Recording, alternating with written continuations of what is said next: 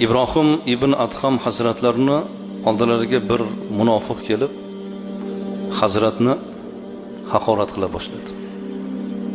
Aytdiki, ey Ibrohim dedi, seni soqoling afzalmi yoki ana u ittudumi afzalmi dedi. Haqorat gapni gapirdi-da.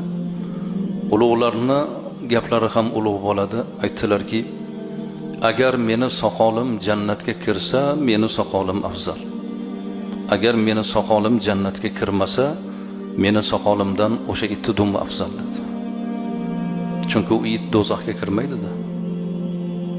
Odam ketdi, uyga borib o'ylandi.